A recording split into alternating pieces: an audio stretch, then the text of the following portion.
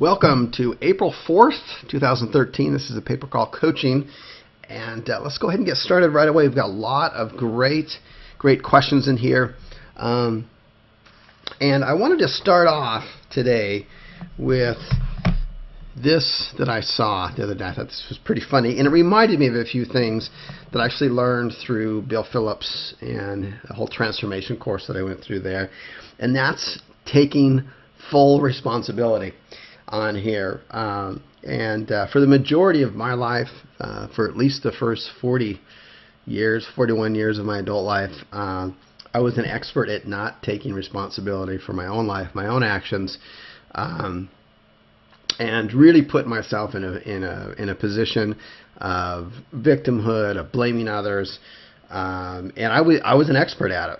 I was one of the best at it on that end of it. But what I've seen from myself, and also witnessing other great transformations from other people over the years, is that any kind of great transformation where you see somebody kind of go from a lower version of themselves to a higher version of themselves is always preceded by a dramatic increase in self-responsibility. I know it has with my life and with others that I've spoken with and learned from as well. You see, it's kind of like the moment when you really decide that you want to take ownership of everything that's happening in your life, whether it's your health, your happiness, your finances. It's when that moment when you really want it to change. How does that kind of take place? And again, I'm not claiming to know everything about that, and I'm not putting myself above or below others. I'm just sharing my experience with everybody. But when I stopped blaming others and I started giving up my whole kind of victim stories, and I had a lot of victim stories, when I gave up all of that and I just decided to accept responsibility, it was really only at that point that I could really harness my own true inner power and ability to take control and changes for the better, transformational changes. But unfortunately, it's kind of difficult, and especially in our society, we're pretty much kind of conditioned, or at least I feel that way sometimes, to kind of do the opposite. Instead of taking responsibility, we tend not to do that. And we tend to kind of blame things because it's the other people in your life. They're not making you happy, or they're making you miserable, or it's your genetics you inherited. I've certainly used that before. I said, "Oh, this is just the cards I was dealt. This is just the way my life's going to be." Or if I had a better spouse in my life would be better. She has all my problems, or a better boss, or whatever the situation may be. It's so much easier to blame other people. Or this is a good one, and some of you may even be thinking this right now. It's because the so-called expert make it so darn complicated and difficult for me. I know I've had a few. I read through some of the support tickets, and I know some people are like that. So trust me, I do read through those, and I really want to make this as easy as possible for you on the end of it.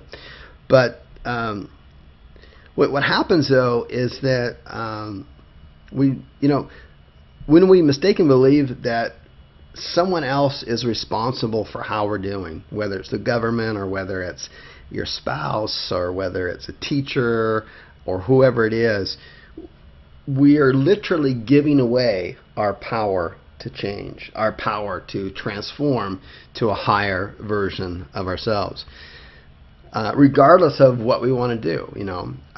Whether you want to lose weight, whether you want to gain more freedom, whatever it is that you want to do, or all the above, right? Gain deeper, stronger relationships. But here's some of the good news. I mean, the good news is that we can take back that power anytime we want to. And to do that, sometimes, I know I did, I had to swallow some of my pride. I had to move beyond some of my own defense tactics that I had used, my whole adult life, and really place it where the blame belonged, which was with me, of course, the person that I see when I look in the mirror. So really, for me, accepting responsibility, and I mean every type of responsibility in my life and where I am today and where I am in the future, really means taking control of the things that I can do and just letting go of everything else. Um, and you know, we don't always have control over everything that happens in our lives and in the world. But what we do have control over is how we react to those situations. For me personally, I had a lot of really crummy things happen when I was a child, and those things weren't right. And no, I didn't have control over the situations and the things that happened, but I did have control, and I do have control of how I live with that and my reactions to it later. Um, and I remember one of the first times that I kind of started kind of exercising it, taking full responsibility. It was a few years ago. I parked. This is before I started making any money, and we kind of lived in a kind of a crummy neighborhood. And instead of parking my car in the garage, I parked it. I just got kind of lazy, and I parked it out on the street, and it got broken into. And the next day, and instead of, that's a crummy thing that I have no control over, right? But I have control over how I react to it. And I remember that was when I was really first kind of learning how to take control. That was a real test. Instead of to get really upset and start blaming others and become a victim, it was like, hey, it happened. Now I'm going to deal with it in the most empowering way possible. Had I not parked out on the street here, this would not have happened. And I'm just going to move on that end of it. But one of the things that I really learned about taking responsibility for my own life and reading my own reactions towards life and empowering myself, which allows you to transform into a higher version of yourself, is something that Bill shared. This is from Bill Phillips, and he shared something I remember he talked about one time, and it was that the results that we want in our lives are not our responsibility. And that kind of set me back for a minute. But let me just share with you really quickly what he talked about and the examples on that. And that to kind of understand where this is going on here, he gave this example. He said when we plant a seed in the soil and then all of a sudden a flower grows out of that soil on that end of it, we didn't actually make that flower grow. All we did was we just controlled what we could in that situation. Was we made sure we put it in good rich soil. We made sure it got the right amount of sunlight. We made sure that it had good minerals in the soil. We made sure that we watered it properly, not too little, not too much. But the big but is here is that we can't make that flower grow. That's beyond our control and therefore not our responsibility. So, whatever the powers are that created life to begin with is in charge of such matters. I'm not getting religious on anybody. It's just whatever you believe in, whatever higher powers or consciousness out there. But when we can take responsibility for creating the right conditions in that garden or in your life, when the flower blooms, it now happens. It happens the way that you want to because you've controlled the situations around there. And just want to kind of emphasize and just leave with that it's our responsibility for our own lives, our own actions, and that we control when we control our thoughts, the people that we hang around with, when we're aware of our own victimhood stories, when we can take back that power instead of giving away to someone else, because we give away our power whenever we blame the government or we blame inflation or we blame, others can do it, but I can't, or it's my genetics. Then we give away our control. And when we can feed ourselves the right kind of environment, then the growth and what's going to happen is just going to happen on that end of it. So we'll go ahead and get started here. Just wanted to make that quick note. And we got some really good questions on here, and let's go ahead and dive right on here. When do you stop backlinking? That's a good question. The way that I look at backlinking is this: a couple of things. Number one is the way that I teach in the course, looking for, the riches are in the niches for exact match top level domains. And I mean, you could do this with, you could do the pay-per-call model, pay-per-call lead model in any niche that you want to. I just want to see people succeed as quickly as possible. So the fastest way to do that is with top-level exact match domain. And there's a lot of them out there in good niches that have some good call volume and that would command a good price per call. So I try not to do backlinking as much as possible because it just slows the process down. When we do, my first level of backlinking is going to be bookmarking. But when do we stop? We stop when we're in position 1.